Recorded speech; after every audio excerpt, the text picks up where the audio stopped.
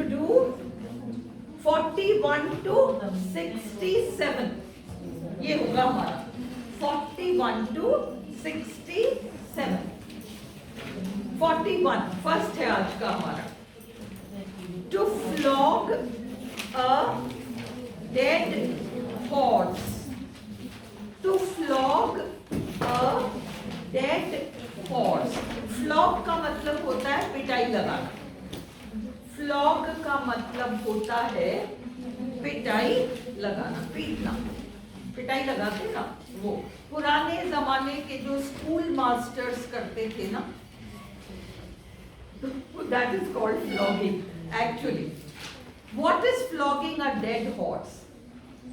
भाई जब तक वो जिंदा था तुमने फ्लॉग किया इस इरादे से कि उस फ्लॉगिंग का परिणाम ये होगा कि वो सुधर जाएगा, है ना।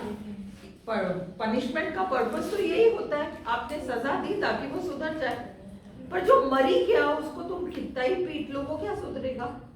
वो वाली स्थिति, जिस स्थिति में सुधार की गुंजाइश है या बदलाव की गुंजाइश है, उस स्थिति को सुधारने के लिए आप डिस्कशन पे डिस्कशन कर रहे हो, डिबेट पे डिबेट कर रहे हो, बहस पे बहस कर रहे हो, वो तो बात समझ में आती है, क्योंकि अभी भी इसमें गुंजाइश है कि कुछ चेंज हो जाए। पर जिस सिचुएशन को पहले ही खूब डिस्कस कर लिया, डिबेट कर लिया, आर्ग्यू कर लिया, सब कुछ कर लिया और एक नतीजे पे पहुंच गए और अब उसमें किसी भी तरह का चेंज संभव ही नहीं है, उसको हम फिर एक बार उठाते हैं। तो हम क्या कर रहे हैं, we are flogging a dead horse. और हमारे सिस्टम में चाहे वो कॉलेज का इलेक्शन हो, चाहे लोकल इलेक्शंस हो, चाहे कोई भी इलेक्शंस हो, आप सब इस चीज को जानते हो। एग्जाम्पल, इलेक्शन हो जाएंगे, फिर रिजल्ट घोषित हो जाएगा, फिर हारने वाली पार्टी कहेगी नहीं साहब ये तो अन्याय हुआ है, चीटिंग हुई है और ये हुआ है वो हुआ है, रिकाउंट करो। फिर कुछ होगा, बहुत हंगामे होंगे, फिर रिकाउंट होगा, फिर एक नतीजे पे पहुंचेंगे, फिर वापस से कि नहीं नहीं ये तो ऐसा है और वैसा है। They are flogging a dead horse. जिस चीज में कोई अब चेंज की गुंजाइश ही नहीं है, उस चीज को लेकर कुछ करना will be flogging a dead horse. Your right situation is exactly that. देखो कब तो एग्जाम हुआ, कब तो इन्होंने क्या डिक्लेयर किया, फिर आप लोग वेट करते रहे ऐसा होगा वैसा होगा। अब उस गैप में खूब चर्चाएं हो गई, खूब विचार विमर्श हो गया, दुनिया भर का सब कुछ हो गया, जो मैटर जैसा भी होना था। अब इन्होंने एक फाइनल एक आपको जजमेंट सुना दी कि भाई ये होगा। अब आप फिर उस मुद्दे को उठा लो। अब you are flogging a dead horse, कुछ नहीं निकलने वाला, उसमें कोई हल नहीं निकलेगा। So this is flogging a dead horse. तो रिजर्वेशन पॉलिसी है, जितना चिल्लाना चीखना सब कुछ करना पड़ता है, सब कर लिया। अब जो सिस्टम है वो सिस्टम है, पर आप तो नहीं साहब इसमें तो ऐसा और वैसा और ये है वो है, इसको रिकंसिडर करो, इसको यूं करो वो करो। Nothing is going to happen, nothing is going to happen, no change will happen. You are flogging a dead horse. इससे अच्छा है कि आप अपने पैतरे बदल लो और आप वो करने लग जाओ जो आपको एक्चुअली करना चाहिए। उस चीज में घुसकर वहां सुधार की गुंजाइश जब नहीं है, वहां सुधार को एक्सपेक्ट करना is living in a fool's paradise. मूर्ख अपने स्वर्ग में रहता है, उसको पता ही नहीं रहता क्या हो रहा है। हिंदी में एक वो है, यू से अंधा मूते जग देखे, है ना। वो अपने फूल्स पैराडाइज में रह रहा है, खुद अंधा है, उसको लग रहा है कि मेरे को नहीं दिख रहा तो किसी को भी नहीं दिख रहा। He is living in a fool's paradise. उसके लिए जो सच है उसने उस चीज को सबके लिए मान लिया कि सबके साथ ऐसा ही होता होगा। He is living in a fool's paradise, अपने आप को बेवकूफ बना रहा है। That is living in a fool's paradise. और हम फूल्स पैराडाइज इस कॉन्टेक्स्ट में कर रहे थे कि अगर हम एक डेड हॉर्स को फ्लॉग करें और हम खुद तो सुधरे नहीं, उसी चीज पे अड़े रहें, तो we are actually living in a fool's paradise. Clear? First one, to waste time and effort trying to attempt the impossible. To waste time and effort trying to do something that is impossible. मैंने ये meaning लिखाया है. अगर वो और cut short करना चाहे तो वो आपको देंगे to waste time and effort in an attempt to do the impossible. और शॉर्ट करना चाहे तो कहेंगे टू अटेम्प्ट द इम्पॉसिबल. इतना ब्रीफ कर देंगे, टू अटेम्प्ट द इम्पॉसिबल. ये to waste time in attempting the impossible, बिल्कुल कंडेंस करके ब्रीफ करके आपको ऑप्शन देंगे वो.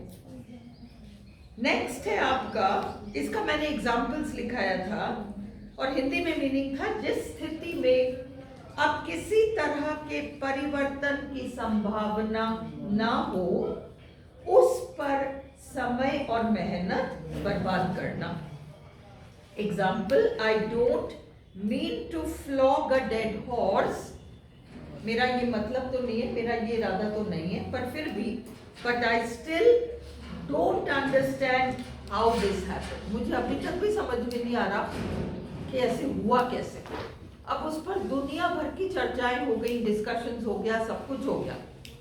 अब उसके ऊपर अब वो चैप्टर क्लोज हो गया. अब आप फिर भी उसको कि पता नहीं क्या हुआ क्या नहीं.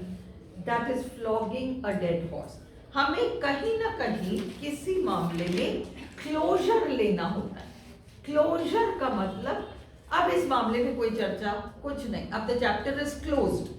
हम वो ना करके उसको ओपन रखते हैं और उसके बारे में बातें करते रहेंगे, कुछ ना कुछ डिस्कशन करते रहेंगे. That is flogging a dead horse. Examples में है the party is trying to ask for a recounting of votes. अब वो पार्टी पॉलिटिकल पार्टी हो सकती है, आपके स्कूल की पार्टी हो सकती है, कॉलेज की पार्टी हो सकती है, what ever, not that celebration party, group elections वगैरह के संदर्भ में the party is trying to ask for a recounting of votes. It is just flogging a dead horse. It is just flogging a dead horse.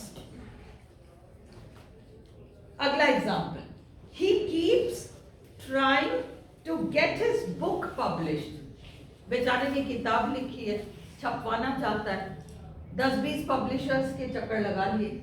सब एक ही बात कह रहे हैं कि देखो ये चीज है और इस चीज के रहते हुए आपकी किताब नहीं छप सकती. हम ये नहीं कह रहे कि आपकी किताब अच्छी है या बुरी है या कैसी है, पर इसमें एक ये टेक्निकल बात है जिसकी वजह से आपकी किताब नहीं छप सकती. वो दूसरे पब्लिशर के पास गया, that publisher said the same thing. तीसरे के पास गया, उसने भी लगभग वैसी ही बात बताई कि देखो इसमें ये प्रॉब्लम्स हैं और सबसे बड़ी प्रॉब्लम तो ये वाली है, इसकी वजह से नहीं छप सकती. फिर भी वो संतुष्ट नहीं है, कहीं और जाता है. अब करते करते पता नहीं कितने लोगों के पास चला गया और सबने घुमा फिरा के वो सब उस एक पॉइंट पर आ रहे हैं कि ये रीजन है जिसकी वजह से ये नहीं हो सकता काम. एंड वो है कि नहीं मैं अभी भी ट्राई करूंगा. He is flogging a dead horse. Next है, Mohan is trying to organise a party for students. Class party organise करने की कोशिश कर रहा है, किसी को इंटरेस्ट नहीं है उस पार्टी में, है ना, पर वो सारी डिस्कशंस और अरेंजमेंट्स किसी को मतलब ही नहीं है. सबके पास अब न्यू ईयर्स ईव है, सबके अपने अपने सोशल सर्कल्स हैं, सबके अपने अपने पर्सनल ग्रुप्स हैं, सबने अपनी अपनी कोई भी सोच रखी होगी हम ऐसे करेंगे, वहां जाएंगे, उस ग्रुप में जाएंगे. और ये व्यक्ति है जो कि सबको राउंड अप करके और जा रहा है. राउंड अप, इकट्ठा करना, इकट्ठा करना, राउंड अप. तो सबको राउंड अप करके मैं समहाउ एक पार्टी ऑर्गेनाइज कर लूं. तो he is flogging a dead horse. अगला, to die in harness. To die in harness, सेवा काल में मृत्यु हो जाना. To die while still in service. To die while still in service. Prior to retirement. Prior to retirement. तो घोड़े को जैसे वो लगाम लगा के रखते हैं, it's going to work. But एक टाइम आता है when you cannot expect that horse to work, it has become very very old. तो आप उसको वहां से उतार देते हो, है ना? So it's out of its harness. अब to die in harness का मतलब अभी भी आप जा रहे हो नौकरी पे, you are still in service, and उस दौरान कुछ हो जाता है, तो that is called dying in harness. Andhra Pradesh का एक वो है, they have a law, है ना?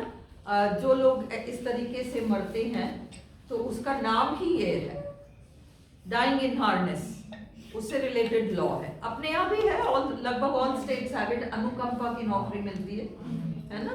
तो इस तरह की चीज, अनुकंपा की नौकरी मिलना टू डाई इन हार्नेस का मीनिंग नहीं है.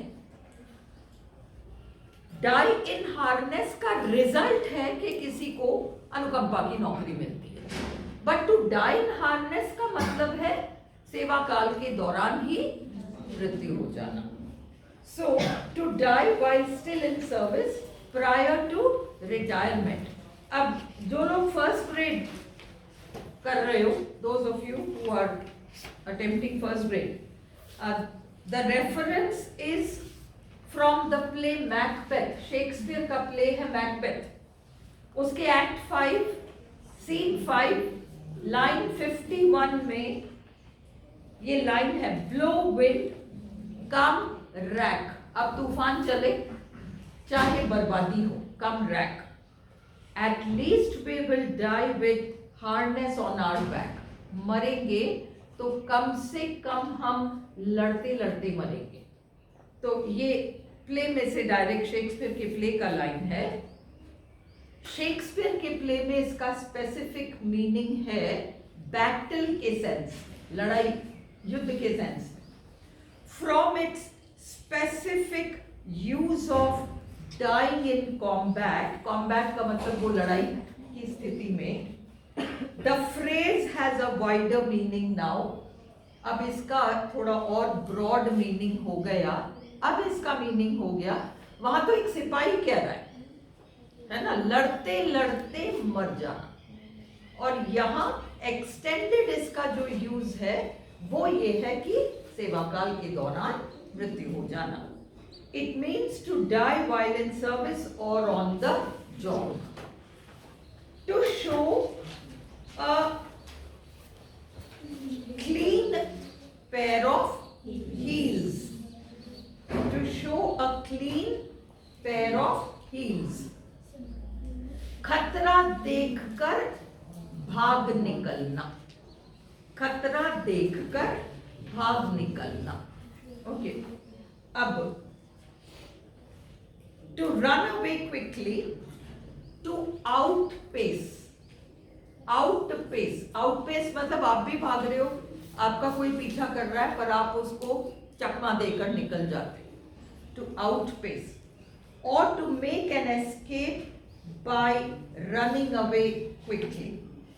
एग्जाम्पल इसका, when the chain snatcher saw the policeman, he showed a clean pair of heels. जब चेन स्नैचर ने देखा, चेन स्नैच करने वाला है और उसने पुलिस वाले को देखा तो वहां से बचकर भाग निकला. मैम ये सिंड्रेला की स्टोरी से निकाला है क्या? कौन सा?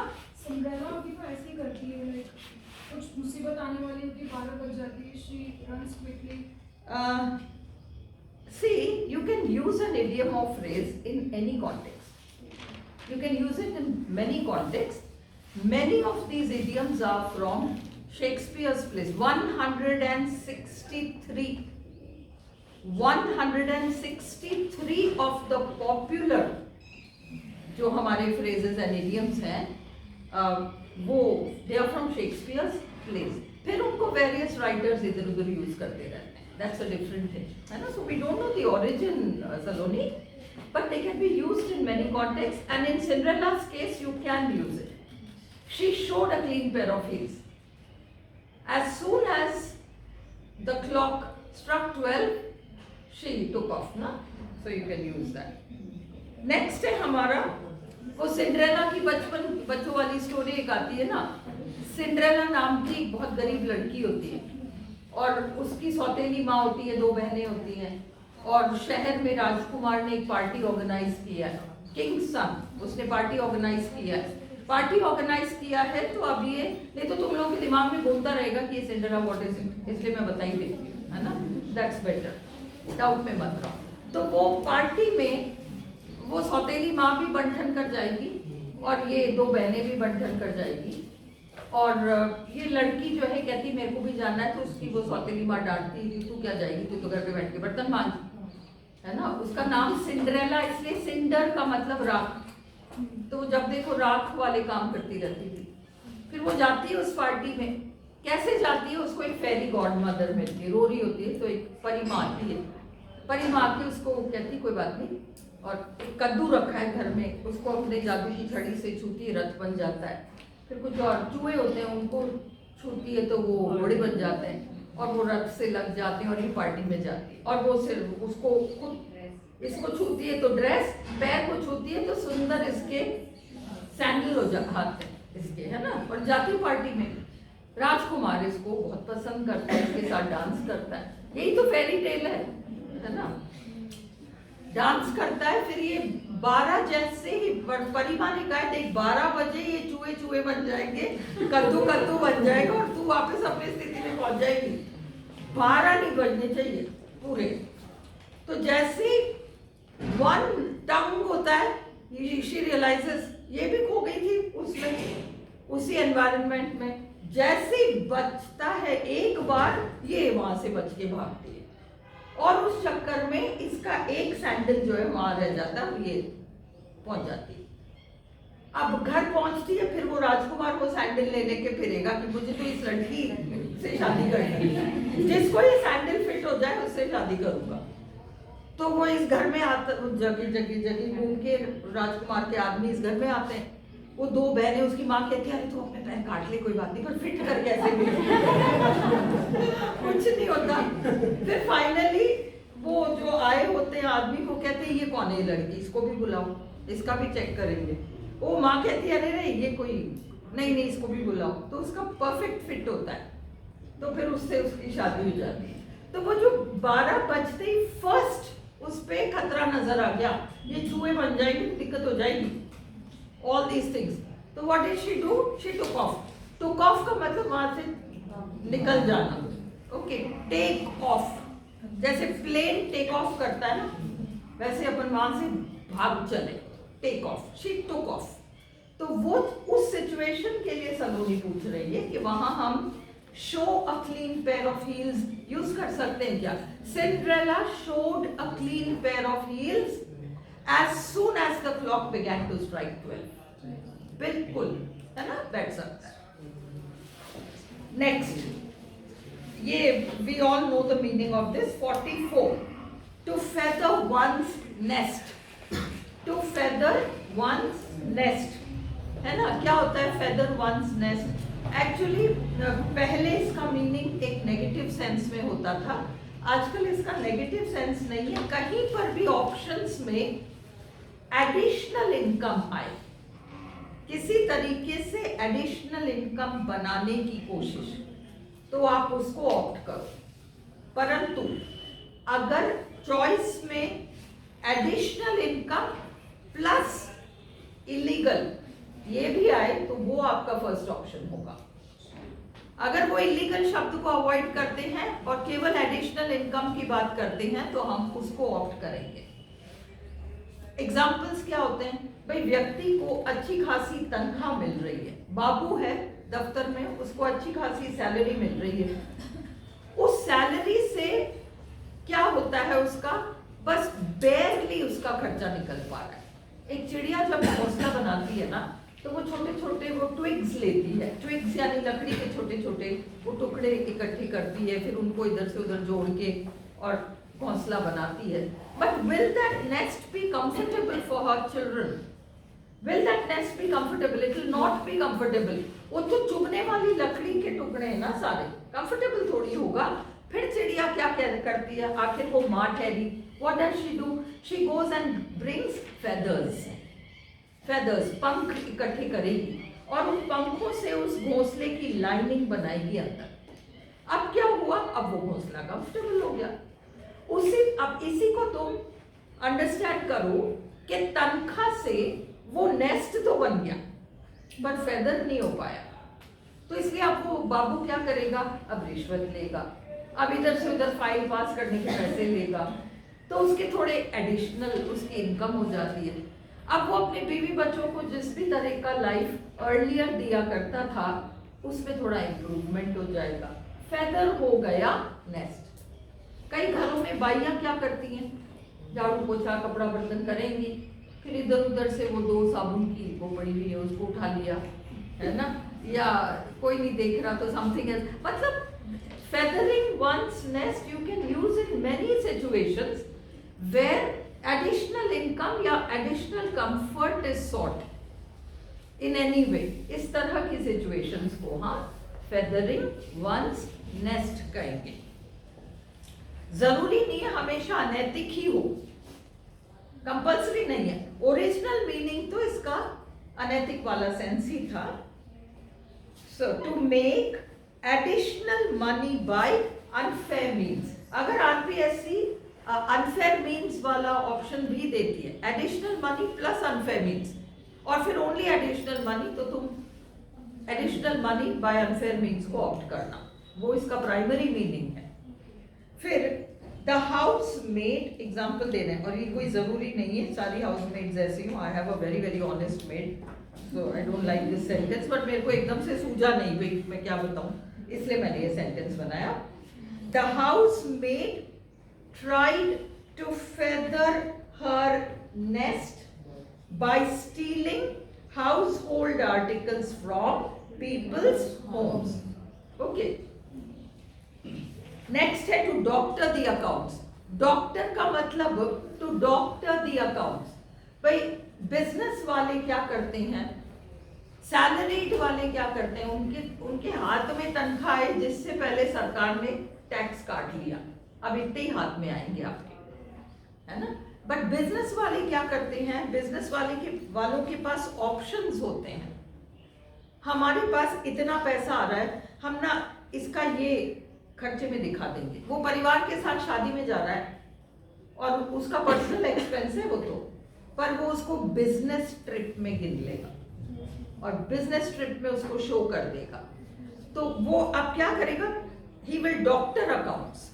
डॉक्टर अकाउंट्स का मतलब हिसाब किताब में फेर बदल इस तरीके से करना कि एक उद्देश्य की पूर्ति हो जाए। अब ये टैक्स वैक्स वाले आएंगे तो पकड़ नहीं पाएंगे, क्योंकि आपने उस खर्चे को किसी और कैटेगरी में शो कर दिया और उसको डॉक्टर कर दिया, आपने वो टिकट विकेट सब शो कर दिया, सब कर दिया आपने, you have done all the formalities, और इसलिए अब आप उस स्थिति को आप फेस कर पाओगे। This is called doctoring the accounts. बही खातों में किसी निश्चित उद्देश्य से परिवर्तन करना, to make changes in account ledgers for a specific purpose. This can be legal, this can be illegal. बहुत सारे बड़े बड़े बिजनेस के घरानों में बहुत तरह तरह के डॉक्टरिंग ऑफ अकाउंट्स चलते रहते हैं। So example, if we do not want the company to get into trouble with the tax authorities, we will have to doctor the accounts. 46, to strain every nerve. To strain every nerve का मतलब ये actually physical effort के लिए है, ये physical effort के लिए है। कोई पढ़ा रहा है और उस क्लास में जो बिल्कुल पीछे है उस व्यक्ति को बोर्ड नहीं दिखाई पड़ रहा, तो वो इधर से उधर से पूरा उसको फुल्ली उसके बॉडी में जितनी भी ताकत है सब कुछ यूज करके उसको वहाँ फॉलो करने की कोशिश करनी पड़ रही है कि बोर्ड में क्या लिखा है, या सुनना पड़ रहा है कि बोलने वाला क्या कह रहा है। आप एक हॉल में जाते हो जहाँ स्पीकर बोल रहा है और आपके काम की बातें कर रहा है, आपको सुनना भी पड़ेगा, बट आप क्या कर रहे हो, you are having to strain every nerve to listen to what he is saying, to hear कि वो क्या कह रहा है. That is called straining every nerve. Hear और लिसन में क्या फर्क होता है? हियर का मतलब वहां व्यक्ति बोल रहा है, वो चीज वहां से आपके कानों तक आई. आप भले कुछ और ही कर रहे हो, बट वो आवाज आ रही है आपके कानों तक. This is here. एंड मैं जो टेस्ट दूंगी नेक्स्ट आपको after idioms and phrases, second grade वाला test, first grade people can also attempt it. उसमें ऐसे डिफरेंसेस रहेंगे, है ना. ये हर चीज क्लास में नहीं पढ़ाई जा सकती. जैसे what is the difference between look and see and फिर ये लिसन एंड हियर, ऐसी कई चीजें होंगी. हर टेस्ट में 4-4, 5-5 कवर कर लो, क्लास में सॉल्यूशन हो जाएगा. लिसन में यहां से आपका फोकस वहां है. क्या कह रहा है? आप चलाकर सुन रहे हो. We listen to the news, we listen to music. Okay, but मैं यहां बैठी हूं, I could hear somebody talking in the next room. मैं चलाकर कुछ नहीं कर रही, मैं तो अभी कॉफी बना के अपने बैठी हूं, बट वहां जो चल रहा है वो स्वतः मेरे कानों तक आ रहा है. From point B to point A आपका हियर है, from point A to point B आपका लिसन है. और यही डिफरेंस है सी और वॉच में. सेम डिफरेंस, सी तो बी टू ए है और वॉच में ए टू बी है. You are watching the news, you are watching TV, you are actually paying attention and watching. Okay, but you see something, you are standing at the window, वहां तो जो भी आएगा जाएगा वो सब नजरों में आएगा. That is seen. Casual and purposeful is watch. Same difference है आपका hear and listen में. ऐसी कई चीजें हैं, थोड़ा कर लो तो हो जाएगा. चलो.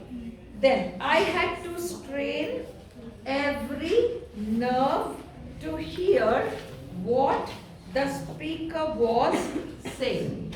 अब इसमें I had to strain every nerve to hear what the speaker was saying. हम तो ध्यान से सुन रहे हैं, पर हम होप कर रहे हैं कि कहीं से भी थोड़ी आवाज आके कानों में पड़ तो जाए, कहीं हमारे वो साउंड आके कानों में पड़ तो जाए. We are trying but we are not able to hear what he say. ऐसे सेंटेंसेस में both will be correct. A cash cow, एक ऐसा प्रोडक्ट, किसी कंपनी के लिए कोई ऐसा प्रोडक्ट जो कि लगातार उसको इनकम देती रहे. Baba Ramdev products cash cows, उनके कई प्रोडक्ट्स कैश काउस हो गए उनके लिए, है ना. अब बाबा रामदेव तो घी और बिस्किट्स बनाने लग गए. He is actually making salted biscuits, Monaco biscuits की तरह. जो बिस्किट्स हम खाते हैं वो ही बनाने लग गए. उनकी पहले की प्रोडक्ट्स तो कैश काउ बन गई, अब इनको प्रमोट कर रहे हैं. ओके, कैश काउ एक ऐसा प्रोडक्ट है, एक ऐसा उत्पाद जो कि लगातार, अब तो इसकी चिंता करने की जरूरत नहीं है, इसकी एडवर्टाइजमेंट करने की जरूरत नहीं है, इसकी हम मार्केटिंग के चक्कर में इधर उधर दौड़ धूप करते रहे, कोई जरूरत नहीं है, और अपने आप ही वो बिकता ही रहेगा. इट्स अ कैश काउ, है ना. अ प्रोडक्ट और service which is a regular source of income for a company. अब एक ऐसा प्रोडक्ट या सेवा जिसे लोग खूब खरीदते हों, जिससे कि कंपनी को मुनाफा मिलता हो. Baba Ramdev aloe vera juice has become a cash cow for his company. अगला है अ बोन ऑफ कंटेंशन. दो या दो से अधिक लोगों के बीच किसी एक चीज के लिए लड़ाई, है ना. अक्सर फैमिलीज में ब्रदर्स के बीच प्रॉपर्टीज को लेके the property becomes a bone of contention, है ना, फॉर द ब्रदर्स. इस तरीके की स्थितियां. Root cause of a feud और quarrel. Root cause of a feud और quarrel. This plot of land is a bone of contention between the two brothers. 48 तक हो गया. Where is Divya Hara today? She didn't come yesterday also. You have no Yes, ma'am. idea? Divya Hara? No, ma'am, no idea. Okay. Ask her, otherwise I'll remove her now from the group. Yes, ma'am. है ना, क्योंकि ये बार बार ऐसे ही 2 दिन आना फिर 4 दिन नहीं आना, it's very difficult to manage. Cover ही नहीं हो पाएगा. हाँ. A cash cow. See, a company may have several products.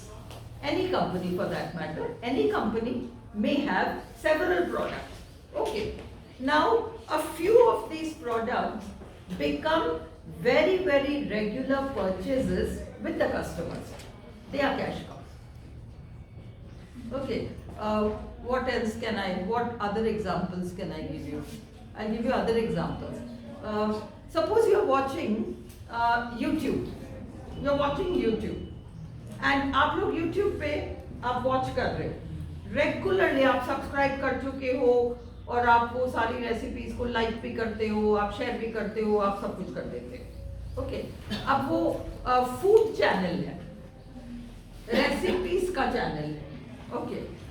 अब वो तो आपका क्या है, उनके लिए nishamadhulika.com nishamadhulika.com के लिए अब वो जो उसको वो silver button, gold button, all the button मिल गए और इससे इसको फर्स्ट क्लास इनकम अब हो रही है. This is already a cash cow. अब वो क्या करेगी, अब वो nishamadhulika.com के माध्यम से मसाले बेचेगी. That is not a cash cow. उसमें तो उसको अब पूरी मेहनत करनी पड़ेगी. But she has already got a customer base ना, इतने सारे पॉसिबल कस्टमर्स हैं. ये तो कैश काउ हो गया. इसके सारे, इसका चैनल तो कैश काउ हो गया.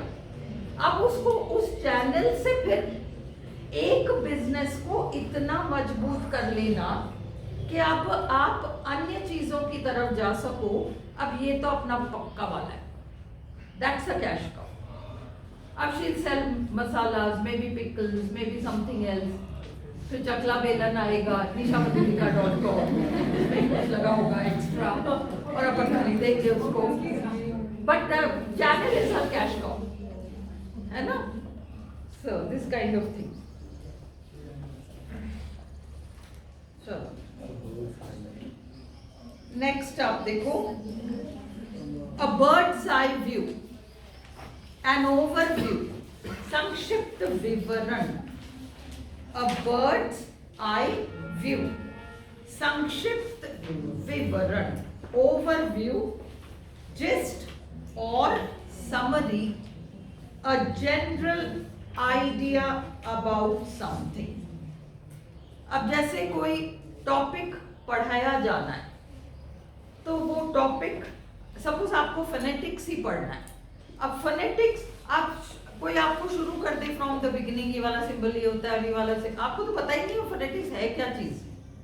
तो somebody has to give you an overview, एक जनरल आइडिया कि फोनेटिक्स ये होता है और इसमें ये होता है, व्हाटएवर, एक बेसिक इंट्रोडक्शन. वो आपका एक बर्ड्स आई व्यू दे रहा है. बर्ड्स आई व्यू दे रहा है, वो चीज है आपका एक समरी काइंड. तो the teacher gave the students a bird's eye view of the topic.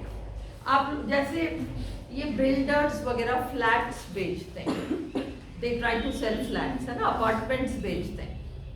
तो ये पहले ही एक पूरा बर्ड्स आई व्यू दे देते कि इसमें ऐसा है, वैसा है, वैसा है, और इसका हम लोग इस तरीके से इसका फाइनेंस करा देंगे, फिर बाकी आपको ये यो करना पड़ेगा. और आपको ना वो फ्रंट बैल्कनी से लगभग ऐसा ऐसा व्यू मिलेगा, बैक बैल्कनी से आपको यूं यूं रहेगा. आप वहाँ गए नहीं हो अभी. हाँ, एक तरीके से to give you a clear summary. Summary दे देता है वो आपको कि आप उसमें क्या क्या एक्सपेक्ट कर सकते हो. उसको कहते हैं बर्ड्स आई व्यू. उसमें डिटेल्स नहीं होंगी, मोटी मोटी बातें होंगी. Okay. So the teacher gave the student a bird's eye view of the topic. The speaker gave the audience a bird's eye view of his speech कि वो अपने स्पीच में क्या क्या कवर करेगा। अ डार्क हॉर्स, छुपा रुस्तम। छुपा रुस्तम किसको कहते हैं हम? किसको हम जिसके लिए हम एक्सपेक्ट ही नहीं कर रहे थे कि ये व्यक्ति इस काम को कर लेगा, उस व्यक्ति ने काम को कर दिया। बाकी तो नहीं कर पाए पर इसने कर दिया, तो अनएक्सपेक्टेडली उस व्यक्ति ने वो काम कर दिया, तो he is a dark horse. Is it clear? The little boy turned out to be a dark horse when he won the quiz competition for adults. क्योंकि हमको तो उम्मीद ही नहीं थी कि ये बच्चा ले जाएगा, तो he was a dark horse there. To clear the air. Clear the air का मतलब दो पार्टीज हैं. Pay attention here. Clear the air में दो पार्टीज हैं और हम एक ऑर्डिनरी सा सिचुएशन ले लेते हैं। सब अब कोरोना के टाइम पे आप सब लोग आए कोचिंग की बात करने, ऑल ऑफ यू के, ओके। अब उस सिचुएशन में इंस्टीट्यूट के पास आप जाते हो, तो इंस्टीट्यूट वालों को भी पता है कि ये जो स्टूडेंट्स आए हैं इनके मन में इस वक्त ये सारे सवाल होंगे। अगर इंस्टीट्यूशन बंद हो गया तो क्या होगा, फिर हमारा कोर्स कैसे पूरा होगा, हमारा ये कैसे होगा। उनके मन में ऑलरेडी वो डाउट्स है और इंस्टीट्यूट चलाने वाला जानता है कि इन लोगों के मन में ये डाउट्स होना स्वाभाविक है। इसलिए आप जब इंस्टीट्यूट में बात करने जाओगे तो इससे पहले कि कुछ भी डिस्कशन चल सके, पहले वो आपके सारे डाउट्स क्लियर कर देगा कि देखो क्लास इतने बजे से इतने बजे चलती है, ऐसे ऐसे टाइम पर शुरू हुई थी एंड ये अभी चलेगी 6 महीने, और अगर बीच में ऐसी कोई कोरोना वाली सिचुएशन हो जाए, कुछ हो जाए, तो हम फुल ऑनलाइन क्लासेस का प्रोविजन करेंगे। ये तो आपके सारे वो जो डाउट्स हैं वो क्लियर हो गए, आपको फिर पूछना नहीं पड़ा। उन्होंने आपके सारे संदेहों को क्लियर कर दिया। That is called clearing the air. Clearing the air का मतलब मैं भी बैठी हूँ, तुम भी बैठे हो, और हम दोनों के बीच अदृश्य ही सही एक टेंशन है। किस चीज का टेंशन है? वो सवाल जो तुम्हारे मन में है, जो तुम पूछना चाह रहे हो और जिनको लेके तुम कुछ भयभीत भी हो, कुछ डाउट में भी हो, और सामने वाला उस चीज को क्लियर कर देता है ताकि आप बिना डाउट उस जगह आ सको। एक बॉस है, नया बॉस है और उसके लिए सारे उसके एम्प्लॉइज हैं।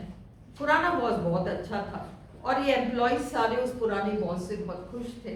अब ये नया बॉस आ गया, तो नए बॉस को पता है कि इन लोगों के मन में बहुत बातों को लेके डाउट्स रहेंगी। हम इस सिचुएशन को भी नहीं लें कि पुराना बॉस बहुत अच्छा था, उल्टा ले लो, पुराना बॉस बहुत खराब था, है ना, ऐसा करता था, वैसा करता था, वैसा करता था। अब नया बॉस आ गया, अब उन लोगों के मन में क्या रहेगा, ये भी वैसा ही करेगा क्या, वो डाउट्स रहेंगी ना। तो वो नया बॉस जो आया है वो पहले आइडिया लगा लेता है कि क्योंकि ये पीड़ित रहे तो इन सबके दिमाग में ऐसे ख्याल होंगे, तो मैं पहले जाके क्लियर कर देता हूँ कि मेरे साथ ऐसा ऐसा ऐसा रहेगा, ये स्थितियां नहीं रहेंगी। He is clearing the air. Is it clear? चलो, to clear the air. 52, to talk shop. To talk shop. When people talk shop, it means they are talking about their work. अब एक पार्टी में शाम को दो doctors मिलते हैं, दोनों डॉक्टर्स एक ही जगह काम करते हैं, एक ही हॉस्पिटल में काम करते हैं। दोनों डॉक्टर्स को पता है कौन एडमिट हुआ, किसका क्या हो रहा है, क्या है। एक डॉक्टर दूसरे डॉक्टर से कहता है और उस पेशेंट का तुमने क्या किया, और वो उसका समझाने लग जाता है। फिर वो सारी बताता है थ्योरी कि उसको वहाँ रेफर करना पड़ा, फिर ऐसा कराया, फिर मैंने फिर ये बात, वो डिस्कशन। और भी लोग हैं उस ग्रुप में, उनको तो समझ में नहीं आ रहा है क्या बात कर रहे हैं, because these two doctors are talking shop. अपने काम से संबंधित बातें कार्यस्थल के बाहर कर रहे हैं, जहां उनका कोई औचित्य नहीं है एक्चुअली, और बाकी लोग उस कॉन्वर्सेशन से एक तरीके से एक्सक्लूड हो जाते हैं। ये टॉकिंग शॉप है। When people talk shop, it means they are talking about their work which is boring for other people who do not share the same work. अपनी कारोबारी बातें ऐसी जगह करना जहां उसका औचित्य ही नहीं है. इसका ये मतलब नहीं है कि काम कम और बातें ज्यादा. This is not the meaning, है ना. मैं कुछ YouTube पे कुछ देख रही थी, फिर वो सजेशंस में आते रहते हैं ना कुछ. आजकल अपन वीडियोस डाल ही रहे हैं तो कुछ सजेशन में आ जाता है. तो ये इडियम आया था और उसमें ऑप्शन ये बताया था कि काम कम और बातें ज्यादा. That is not the answer. It means